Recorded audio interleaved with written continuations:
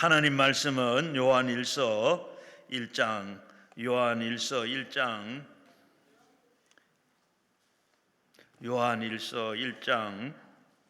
신약성경 388면, 신약성경 388면, 요한일서 1장, 요한일서 1장 1절부터 6절까지 한 목소리로 같이 읽겠습니다. 태초부터 있는 생명의 말씀에 관하여는 우리가 들은 바요, 눈으로 본 바요, 자세히 보고 우리의 손으로 만진 바라. 이 생명이 나타나신 바 된지라. 이 영원히 생명을 우리에게 보였고 증언하여 너희에게 전하노니 이는 아버지와 함께 계시다가 우리에게 나타나신 바 된 이시니라. 우리가 보고 들은 바를 너희에게도 전함은 너희로 우리와 사귐이 있게 하려 함이니 우리에게 사귐은 아버지와 그의 아들 예수 그리스도의 더불어 누림이라. 우리가 이것을 쓰면 우리의 기쁨을 충만하게 하려 함이라. 우리가 그들에게 듣고 너희에게 전하는 소식은 이것이니 곧 하나님의 빛이시라. 그에게는 어두움이 조금도 없으시다는 것이니라. 만일에 우리가 하나님의 사귐이 있다 하고 어두움에 행하면 거짓말을 하고 진리를 행하지 아니함거니와. 아멘. 이제 오늘 이 시간에는 우리 서울 장신대대학 총장이신 한홍신 목사님 나오셔서 말씀을 해 주시겠는데, 내 할 일을 아는 사람, 내 할 일을 아는 사람, 이런 제목으로 말씀을 해 주시겠습니다. 이제 목사님 나오실 때 우리 다 오른손 들고 할렐루야로 인사하겠습니다. 할렐루야! 할렐루야. 거룩한 성산에서 여러분들을 만나 뵙게 돼서 참으로 감사합니다. 특별히 오늘은 특별한 날이에요. 우리나라는 구정, 신정, 요새는 설이라고 그러지요. 새해가 두 번이 있는데 묵은 해를 보내는 마지막 날 밤, 음력으로 얘기하면 새해를 맞이하기 위해 또 이렇게 우리 성도들이 이 성산에 오른 줄로 믿습니다. 하나님께서 은혜를 사모하는 모든 이들에게, 여러분들에게 이 밤에 큰 은혜 주실 줄 믿습니다. 아멘. 성경을 한 번 더 읽었으면 좋겠어요. 요한복음 1장 1절서 6절까지의 말씀을 한 번만 더 읽겠습니다. 요한복음 1장 1절서 6절입니다. 태초에 말씀이 계시니라. 이 말씀이 하나님과 함께 계셨으니 이 말씀은 곧 하나님이시니라. 그가 태초에 하나님과 함께 계셨고 만물이 그로 말미암아 지은 바 되었으니 지은 것이 하나도 그가 없이는 된 것이 없느니라. 그 안에 생명이 있었으니 이 생명은 사람들의 빛이라. 빛이 어둠에 빛이 돼 어둠이 깨닫지 못하더라.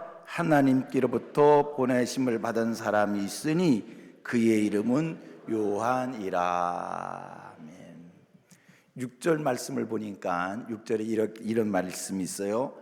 하나님께로부터 보내심을 받은 사람이 있으니 그의 이름은 요한이라. 요한이 등장합니다. 세례 요한을 말합니다. 세례 요한에 대해서는 우리 성도들이 너무나 잘 아시리라 저는 그렇게 믿습니다. 세례 요한이 누구지요? 세례 요한을 어떻게 설명할 수 있지요?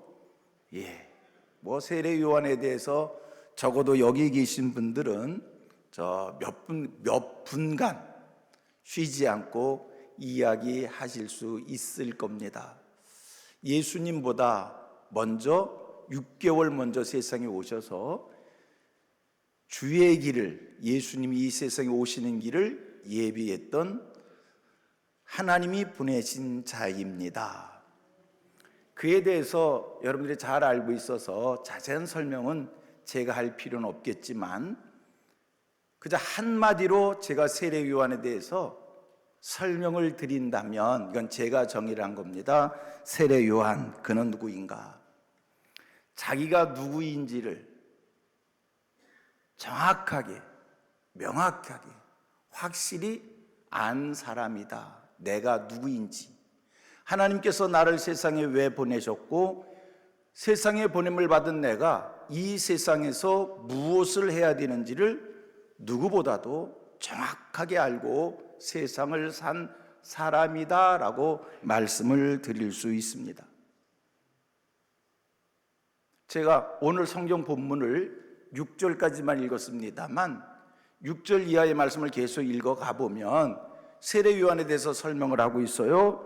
세례 요한은 하나님이 보내심을 입은 자로서 빛이신 예수를 증거하러 세상에 온 자다라는 겁니다. 그는 빛이신 예수를 증거하러 온 자, 예수를 사람들에게 소개하고 사람들로 하여금 예수를 믿게 하는 자이지, 결단코 그 자신이 빛이 아니라는 것입니다. 세례 요한, 그에게 많은 따르는 사람들이 있었습니다. 세례 요한이 많은 사람들에게 세례를 베풀었습니다. 세례 요한에게도 제자가 있었습니다. 그래도 세례 요한은 나는 예수를 증거하는 자이지 내가 예수가 아니다라고 말씀하고 있습니다. 세례 요한이 이 세상을 사는 모습을 보면 성경은 이야기합니다. 메뚜기와 석청을 먹었다는 겁니다. 약대 털옷을 입고 가죽띠를 띄었다는 겁니다. 메뚜기와 석청을 먹고 약대 털옷을 입고 가죽띠를 띈 자, 여러분 그 당시에 돌아가서 얘기하면, 지금으로 얘기하면 메뚜기 단백질이 있고 석청 고급이고 약대 털옷, 야 이건 뭐 밍크 같은 털옷 아닌가 얘기할 수 있겠지만, 그 당시에 돌아가서 얘기하면 그거는 누더기 옷을 입었다는 얘기이고요, 먹을 것이 없어서 야생의 메뚜기와 석청을 먹은 그런 삶을 살았다는 겁니다. 그리고 성경은 그는 광야에 외치는 자의 소리로 살았다는 겁니다. 여러분, 이렇게 산다는 것은 불편한 일입니다. 어려운 일입니다. 이렇게 산다는 것은 실제로 굉장히 천한 자의 모습으로 세상을 사는 겁니다. 그런데도 세례 요한, 자기는 그렇게 사는 것에 대해서 불평하지 않고 삽니다. 불만을 토로하지 않고 삽니다. 그런 삶을 받아들이면서 삽니다. 사람은요, 본능적으로 잘 먹고 싶고 잘 입고 싶고 편하게 살고 싶은 것입니다. 그런데 세례 요한은 그렇게 살지 않고 낮은 자의 모습으로 삽니다. 수도자와 같은 삶을 삽니다. 광야에서 집 없는 자의 모습으로 삽니다. 그런데도 불평하지 않았다니까요.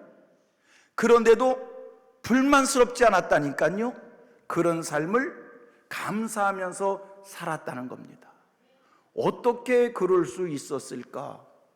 내가 누구인지, 내가 이 세상에 보냄을 받은 자로서 내가 할 일이 무엇인지를 제대로 알았기에 그런 삶을 살아도 불평하지 않고 살 수 있었던 겁니다. 여러분, 세례 요한에게 따르는 사람들이 있었어요. 세례 요한을 향해서 박수치는 사람들이 있었어요. 세례 요한을 추앙하는 사람들이 있었어요. 세례 요한에게 제자들도 있었어요. 눈 한번 딱 감으면 얼마든지 요즘 말로 얘기하면 사이비 교주처럼 살 수가 있고 제왕처럼 세상을 살 수 있습니다. 그런데 세례 요한 그런 삶을 살지 않습니다. 어떻게 그럴 수 있었다고요? 내가 누구인지를 알았기에, 내가 이 세상 속에서 어떤 일을 해야 될 사람인지를 누구보다도 명확하게 정확히 알고 있었기에 자기의 삶에 대해서 흔들리지 아니하고 자기 할 일을 묵묵히 해내면서 바른 삶을 살 수 있었다라는 것입니다. 여러분, 세상을 살면서 누구나 다 성공하고 싶어 합니다. 여러분들의 자녀가 성공되기를 소원하실 겁니다. 내 삶이 후회함이 없는 성공적인 삶을 여러분들이 소원할 것입니다. 그렇다고 할 때 묻고 싶습니다. 어떻게 사는 것이 성공하는 것일까요? 어떤 사람이 성공적인 삶을 사는 것일까요? 좋은 집에 살고 좋은 것을 먹고 남부럽지 않은 경제적 부를 누릴 수 있으면 성공한 삶을 사는 것입니까? 성공적인 인생입니까? 아닙니다. 성공은요, 이 세상에 와서 자기가 목적한 것을, 목표한 것을 이루었을 때 그가 성공한 삶입니다. 나는 세상에 보냄을 받아 세상에 와서 선생님이 되기를 원했습니다. 그런데 어떻게 하다 보니까 선생님이 된 게 아니라 대통령이 됐습니다. 남들이 볼 때는 부러워 보일는지는 모르지만 자기 자신을 돌아보면 어딘가 모르게 아쉬운 겁니다. 선생님이 되고 싶었습니다. 고생해서 마침내 선생님이 됐습니다. 남들이 부러워하지 않습니다. 그래도 본인은 자기가 하고 싶은, 이루고 싶은 선생님을 했기에 성공한 것입니다. 그렇다면 여러분, 하나님 앞에서 예수를 그리스도로 고백하는 하나님의 자녀들입니다. 여러분은 하나님이 나를 세상에 보냈다라고 하는 것을 믿는 분들입니다. 여러분은 우리 그리스도인들, 하나님 앞에 이 세상에 보냄을 받고 사는 우리가 이 세상을 어떻게 살아야 성공적인 삶을 사는 것입니까? 저는 오늘 본문 속에 등장하는 세례 요한은 그런 의미에서 성공한 사람이에요. 메뚜기와 석청을 먹고 약대 털옷을 입고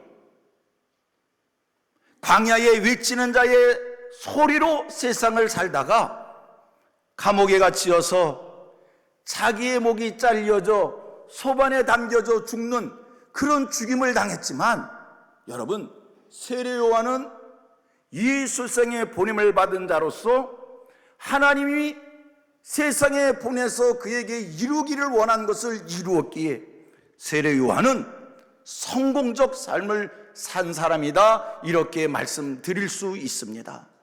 축복하기는 여러 모든 이들이 하나님 앞에서 다 성공적 삶을 사는, 하나님 앞에서 성공하는 인생들이 되기를 원합니다.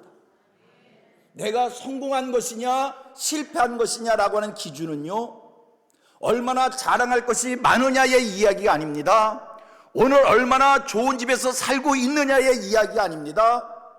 내가 오늘 얼마나 좋은 옷을 입고 좋은 차를 타고 다니냐의 이야기가 아닙니다. 내가 성공을 했느냐 아니면 성공을 이루지 못한 자냐라고 하는 것은 하나님 앞에서 우리가 해결해야 될, 하나님 앞에서 답을 찾아야 될 일인 줄로 믿습니다. 하나님이 나를 이 세상에 왜 보내셨는가? 이 세상을 살면서 내가 하나님 앞에서 해야 될 일이 무엇인가? 축복하기는 우리가 오늘 묵은회를 보내는 이 밤입니다. 음력으로 얘기하자면 묵은회를 보내는 이 밤에 새해를 맞이하기를 소원하는 여러분들에게 하나님 앞에서 하나님께서 이 시간 귀한 음성을 들려주셔서 아무개야, 내가 세상 속에 너를 세상 속에 보낸 자는 나이고, 내가 너를 세상 속에 보낸 것은 내가 세상 속에서 이런 삶을 살기를 원한다라고 하는 이 음성, 이 깨달음이, 이 은혜가 여기 모이신 모든 분들에게 다 임하게 되기를 축복합니다. 하나님 앞에서 오늘 내가 어떤 일보다 우선해야 될 일이 무엇인가를 이 밤에 알아질 수 있게 되기를 원합니다. 내가 이 세상에 보냄을 받은 자로서 하나님 앞에서 어떤 일보다 이것이 내가 우선할 일이라는 것을 명확히 알게 되면 이 세상을 살면서 우리가 유혹을 이길 수 있는 것이고요, 곁길로 가지 않을 수가 있는 것이고요, 정도를 가며 흔들림 없이 바른 길을 가는, 바른 삶을 사는 하나님의 사람이 될 줄로 믿습니다. 보십시오, 세례 요한은 하나님 앞에서 성공한 사람입니다. 세례 요한이 하나님 앞에 성공하는 과정 속에 그에게도 유혹이 있었습니다. 많은 사람이 그를 따르고 있습니다. 당신이 우리가 기다리는 메시아입니까? 당신이 우리가 기다리는 메시아라면 우리는 당신을 따르겠습니다. 당신을 모시겠습니다.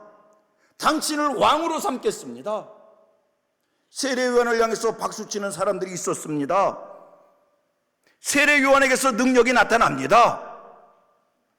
그런데도 세례 요한, 사람들이 자기를 따르고 자기를 높이고 자기를 추종해도 흔들리지 않습니다. 나는 내 뒤에 오시는 이의 신들매를 감당치 못할 자이다. 그는 흥하여야겠고 나는 쇠하여야 하리라 라고 하면서 자기의 길을 갑니다. 흔들림이 없이 자기의 길을 갑니다. 어떻게 그럴 수 있었을까? 하나님 앞에서 내가 누구인지, 이 세상 속에서 내가 해야 될 일이 무엇인지를 명확히 알았기 때문입니다. 여러분은 내가 오늘 이 세상 속에서 먼저 해야 될 일이 무엇인지 깨달음이 있으십니까? 이거 하셔야 세상 유혹을 이길 수 있고, 세상 살면서 누구도 부러워하지 않는 삶을 살 수가 있고, 이것 알아야 그런데도 그럼에도 감사의 삶을 살 수가 있고, 기뻐하며 살 수가 있고, 그럼에도 그런데도 하나님을 높이며 살 수 있는 것입니다. 여러분은 하나님 앞에서 어떤 일들보다 내가 먼저 해야 될 일이 무엇인지를 제대로 알고 계신지요? 그거 모르고 세상 살면 보는 것마다 가고 싶고, 보는 것마다 먹고 싶고, 보는 것마다 내 것 삼고 싶고, 욕심을 떨쳐버릴 수가 없고, 이리 갔다 저리 갔다, 이리 갔다 저리 갔다 방황하는 삶을 살 수밖에 없는 것입니다. 이 자리에 모인 모든 이들을 하나님이 축복해 주셔서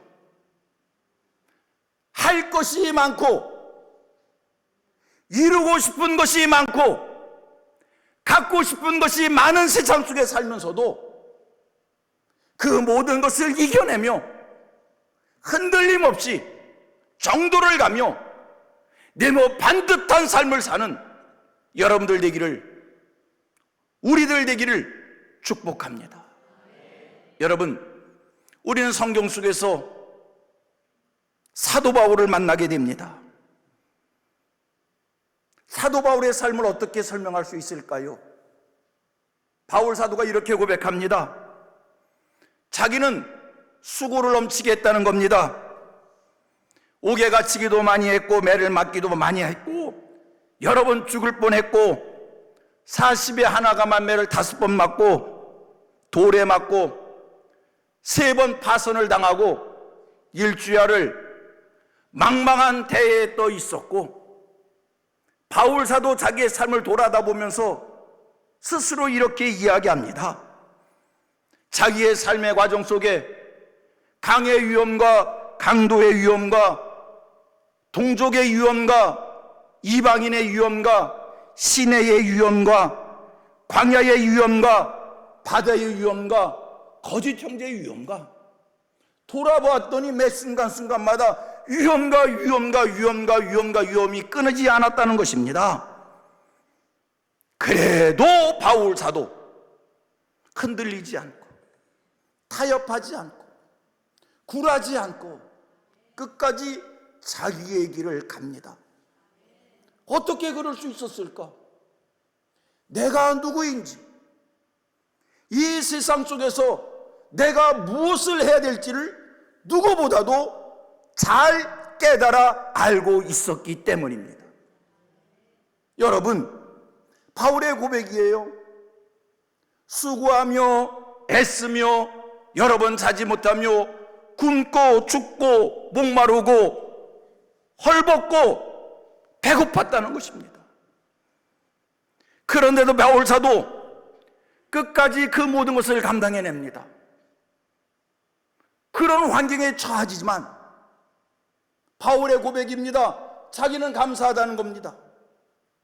자기는 기쁘다는 겁니다. 지난날에 바울의 배경을 돌아보면 지난날에 바울 사도 화려했습니다. 유대인이었지만 나면서부터 로마 시민권을 가지고 있었습니다. 가마리엘 문화생입니다. 최고의 학문한 사람입니다. 상당한 권력을 가졌던 사람입니다.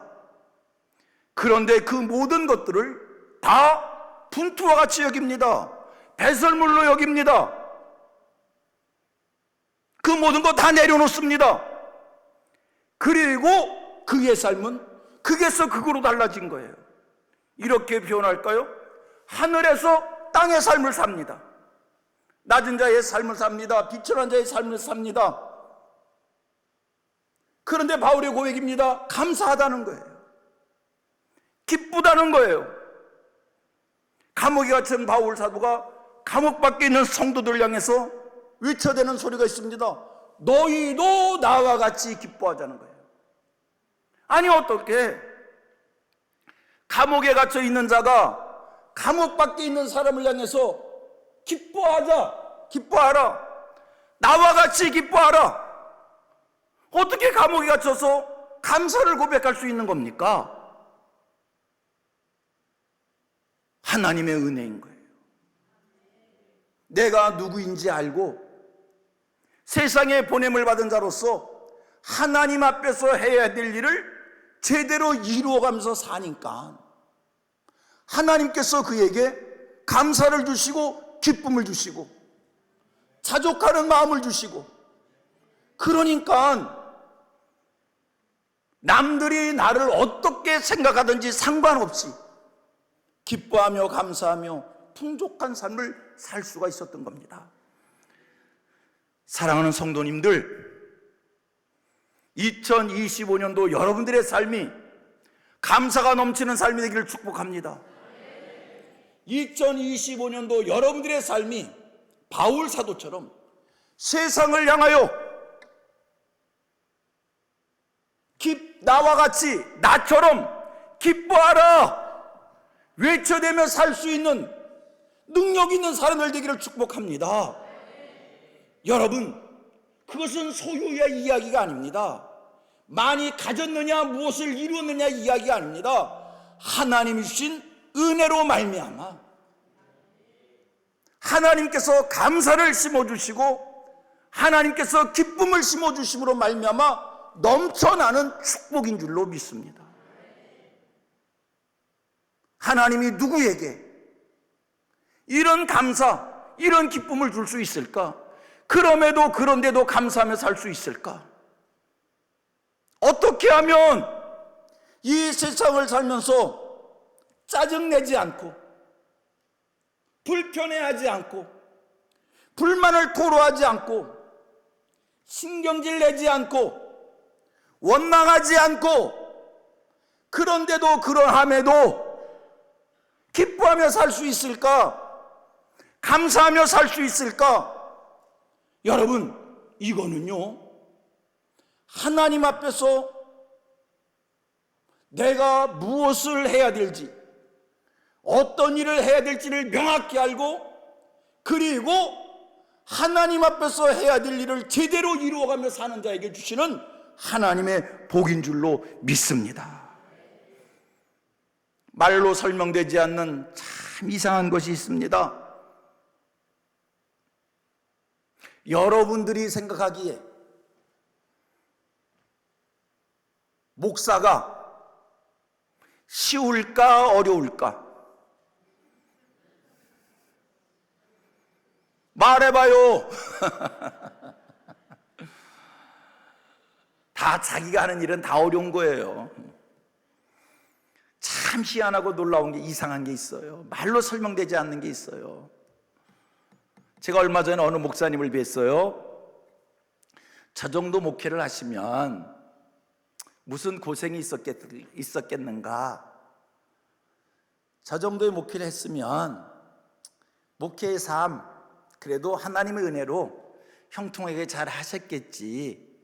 그런데 그 목사님이 설교 중에 그렇게 얘기를 하더라고요. 지금은 교회를 개척해서 상당히 교회를 이루었어요. 자기가 교회를 개척하고 이런 생각이 순간순간 많았다는 거예요. 아, 이대로 하늘이 무너졌으면 좋겠다. 교회를 개척하고 목회를 하면서 순간순간 이런 생각을 많이 했대요. 이대로 땅이 꺼졌으면 좋겠다. 이대로 자다가 안 일어났으면 좋겠다. 야, 이 말이 무슨 말이에요? 목사이기에 죽고 싶었다는 말은 못하는 거고, 말 바꿔서 얘기하면 죽고 싶다는 거 아니요? 죽고 싶다는 거 아니요? 그런데요, 목사님은 목회하는 과정 속에 그런 일이 있으셨을까 없으셨을까? 대답을 안 하셔도요, 우리 목사끼리 뻔해. 그런 과정 없이 어떻게 목회 길을 가겠어요? 돌아가셔서 목사님들 잘 위로하셔요. 아멘 안 하는 사람은 또 뭐요? 근데 참 이상한 게 있어요. 그런데 그렇게 힘들게 목회를 하는 목사님들이 하는 얘기가 있어요. 내가 이렇게 힘들게 목회를 하기 때문에 내 자식이, 내 아들이 내 목회를 보고 목사를 안 한다고 그러면 어떡하나? 여러분, 이건 어떻게 설명해 드릴 일입니까? 그러다가 자식이 어느 날 찾아와서, 아빠, 나 목사할게요. 하늘을, 이 세상을 다 가진 것처럼 기쁘다는 거예요. 여러분, 이거 어떤 말로 어떻게 설명할 수 있겠습니까? 요새 프로 운동선수들이 대박 나더구만. A급 운동선수들 연봉이 꽤 높아요. 팬들도 많아요. 자식이, 아빠, 나도 아빠처럼 야구할게. 아빠, 나도 아빠처럼 축구할게. 대박난 운동선수지만 자식이 자기처럼 운동한다고 그러면 말린다는 것 아닙니까? 하지 말라는 것 아닙니까? 그런데 목사들은 그렇게 인간적으로는, 육신적으로는 말할 수 없는 비참함, 어려움, 고통스러움, 괴로운 길을 가는데, 힘든 길을 가는데, 자식이 그 일을 한다면, 자식이 그 일을 안 한다면 걱정하고 한다면 기뻐하는 것, 어떻게 설명할 수 있는가?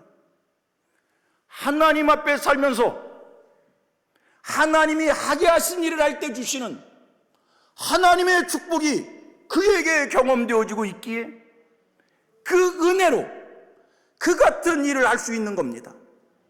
오늘 여러분들에게 동일한 은혜가 임하기를 원합니다. 하나님께서 여러분들에게도 세례 요한에게 주신, 바울 사도에게 주신, 믿음의 선배들에게 주신 그 은혜를 주셔서 이 땅에 살면서 내가 해야 할 일을 온전히 함으로 인한 그 축복이 넘쳐나게 되기를 주님의 이름으로 축복합니다. 그런 의미에서 여러분들에게 묻고 싶습니다. 오늘 여러분은 여러분이 해야 될 일을 제대로 알고 계신지요? 하나님 앞에서 내가 어떤 일보다 먼저 해야 될 일이 무엇일까? 가정에서 해야 될 일은 뭐고, 직장과 사회 속에서 해야 될 일은 뭐고, 삶의 과정 속에서 내가 먼저 해야 될 일은 무엇일까? 우리 인생이 이 땅에 살면서 가장 행복해질 수 있는 것은, 우리 인생이 이 땅에 살면서 가장 가치 있는 삶을 사는 것은 여러분, 창조의 목적대로 살 때 행복한 겁니다. 희한하잖아요. 다 예수 잘 믿는 분들이니까. 염려, 근심, 걱정, 두려움이 나를 엄습해 왔어요. 야, 내 삶 속에 길이 있는 거야? 방법이 있는 거야?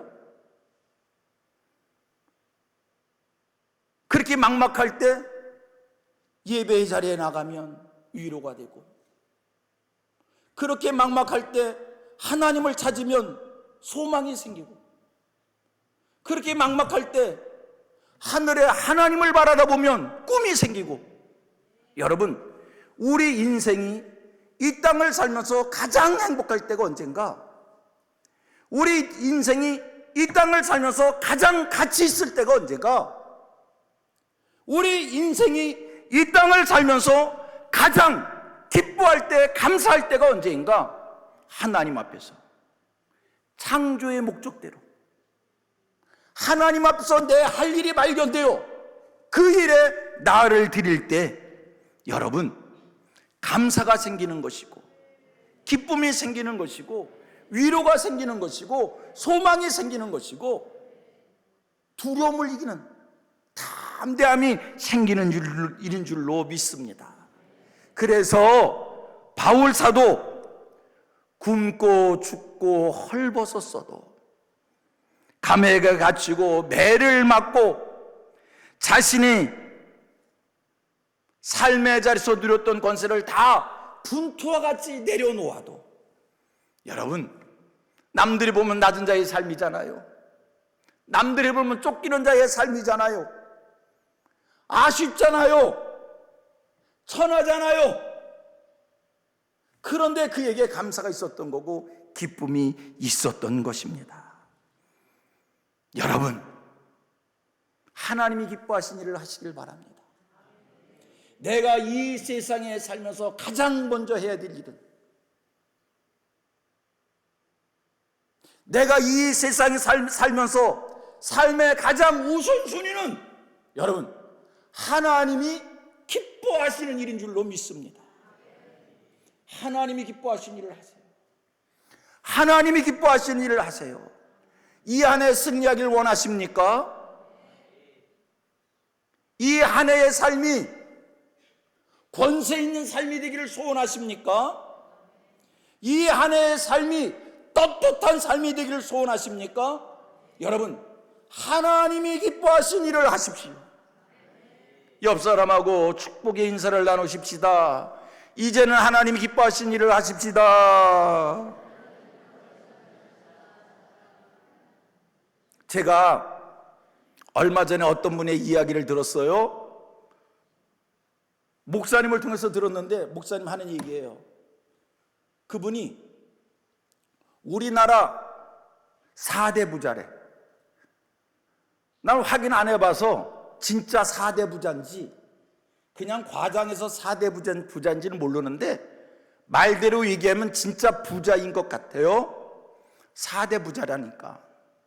얼만큼 살면 우리나라 4대 부자라고 소개하겠어? 그 4대 부자를 소개하면서 하는 이야기가, 이분이 그렇게 재산이 많고 그렇게 잘 살았는데 행복을 몰랐다는 거예요. 행복하지 않았다는 거예요. 근데 목사님을 통해서 하나님을 만나고 행복해졌다는 거예요. 그래서 목사님이 하는 일이라면, 목사님이 하는 일이 주의 일이니까 목사님 주의 일을 하라고 아낌없이 후원을 하는데 얼마를 후원할 것 같아? 그럼 내가 믿겨지지 않는 얘기라 그 말은 못 옮기겠어. 괜히 그 말 옮겼다 나 거짓말하는 사람 될까 봐 아낌없이 후원을 하는데 하나님을 만나고 행복해졌다는 거예요. 여러분 행복하십니까? 뭔 아멘이요. 행복하십니까? 행복하기를 원할 뿐이지 행복하십니까? 행복하지 않은 사람이 태반이요. 왜 행복하지 못하지? 내가 왜 행복하지 못하지? 그거는 남편 때문도 아니요, 자식 때문도 아니요, 돈 때문도 아니요, 직장 때문도 아니요, 병들었기 때문도 아니요, 좋은 학교를 졸업하지 못했기 때문도 아니요. 내가 왜 행복하지 못할까? 하나님께서 행복의 은혜를 주시지 않았기 때문에. 하나님은 오늘 여러분들에게 행복의 은혜를 주시기를 원합니다.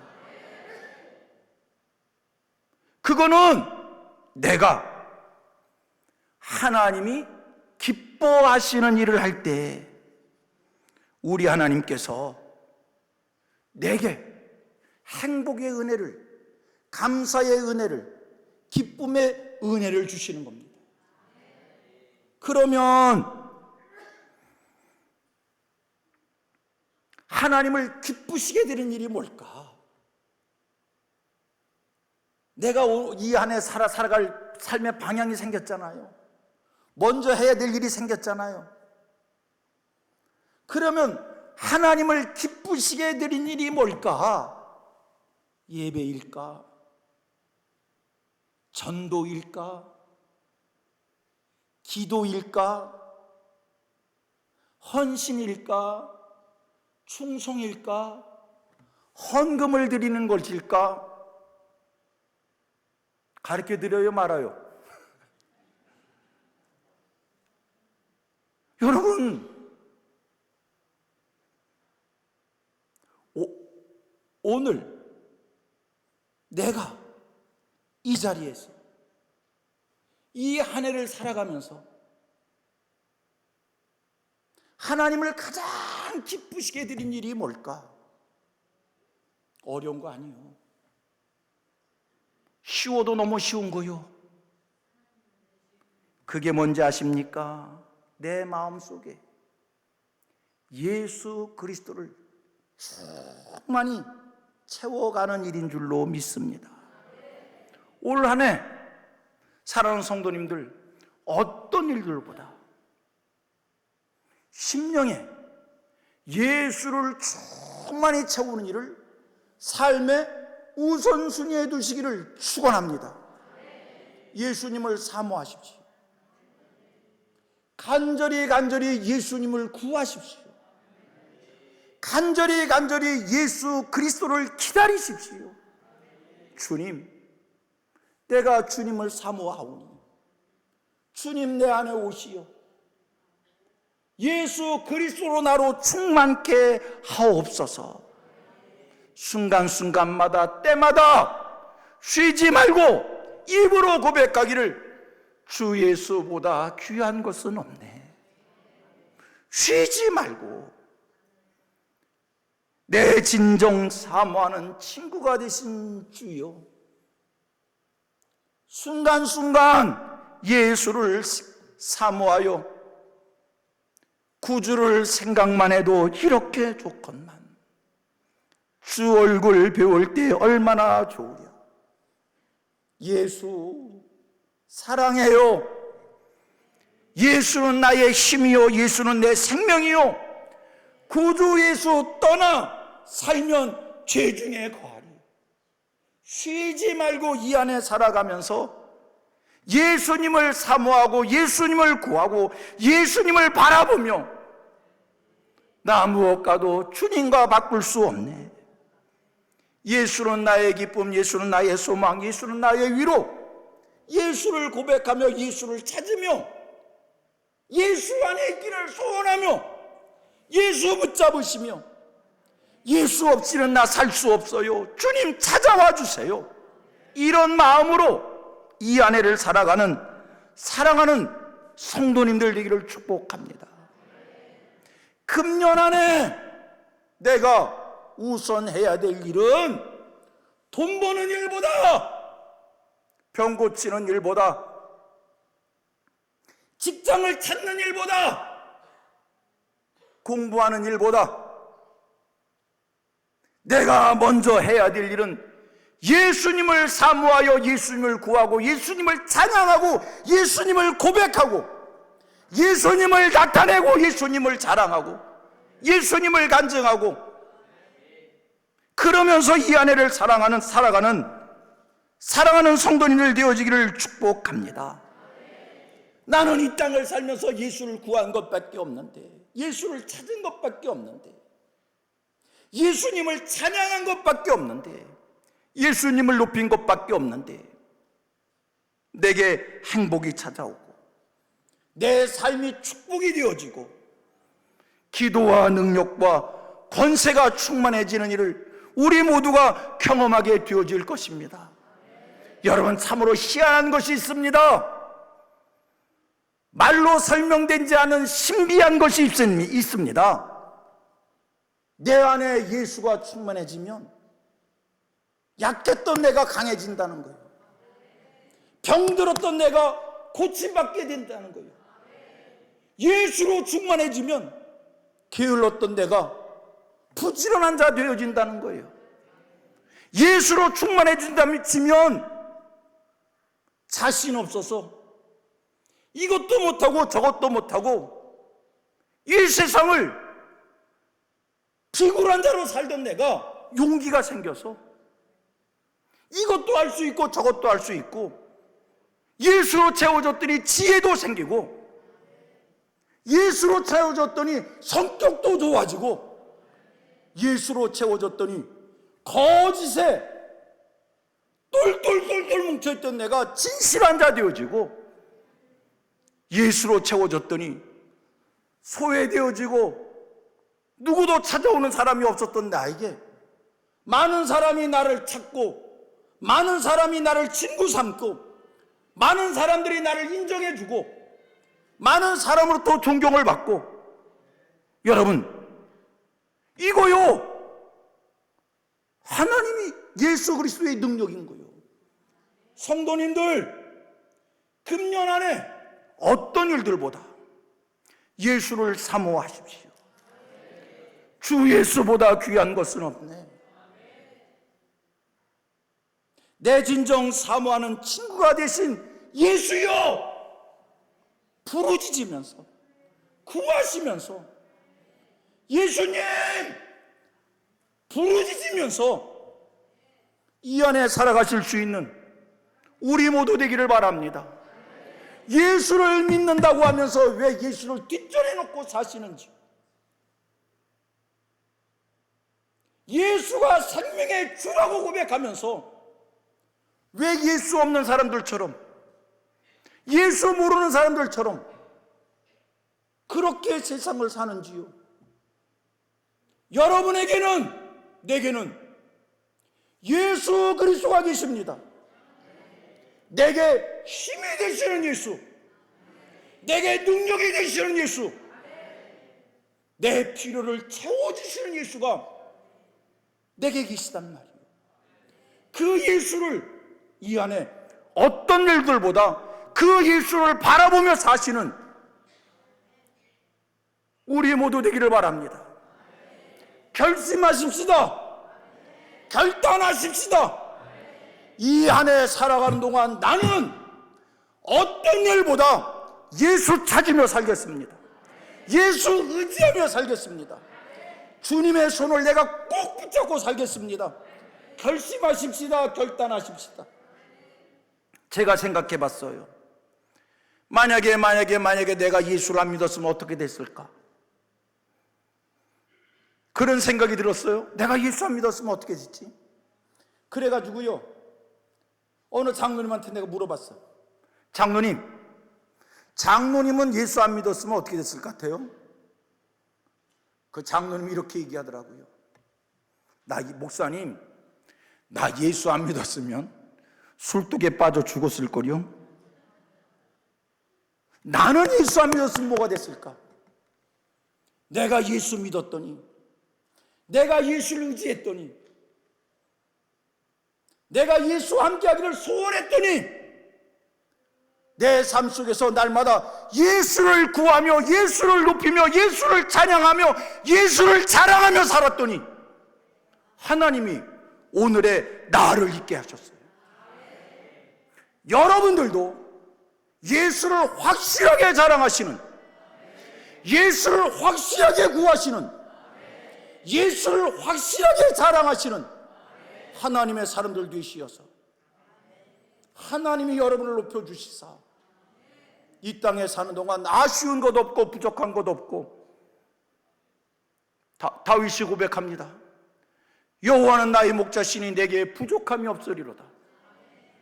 내게는 주님이 계시니 내가 예수 그리스도를 바라보았더니, 내가 예수 그리스도를 의지하였더니 나는 부족함이 없노라. 나는 행복하노라. 나는 감사하노라. 나는 기뻐하노라. 이런 간증이, 이런 고백이 여러분들에게 차고 넘치시기를 바랍니다. 이 안에 여러분은 심령에 예수가 충만하기를 축원합니다. 그래서 감사가 넘치고 기쁨이 넘치고 사랑이 넘치게 되기를 축복합니다.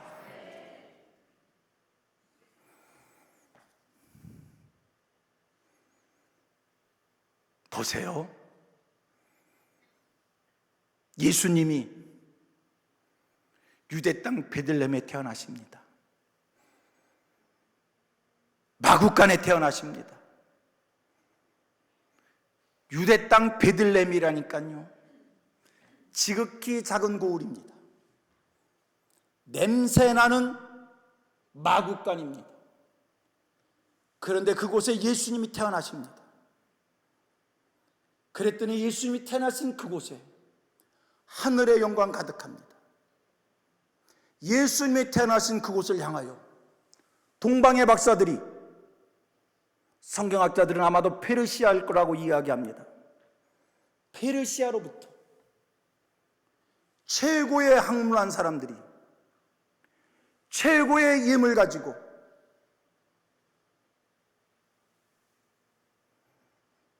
최고의 도시로부터 유대 땅 베들레헴, 유대 땅에서 지극히 작은 고을, 천하고 냄새나는 마구간에 찾아와 말 구유 앞에 무릎 꿇고 경배합니다. 어떻게 설명하시겠습니까? 냄새나는 곳이었지만, 지극히 작은 고을, 냄새나는 가축의 우리였지만 그곳에 예수님 계시니 최고의 사람들이 최고의 도시로부터 최고의 예물 가지고 와 경배합니다.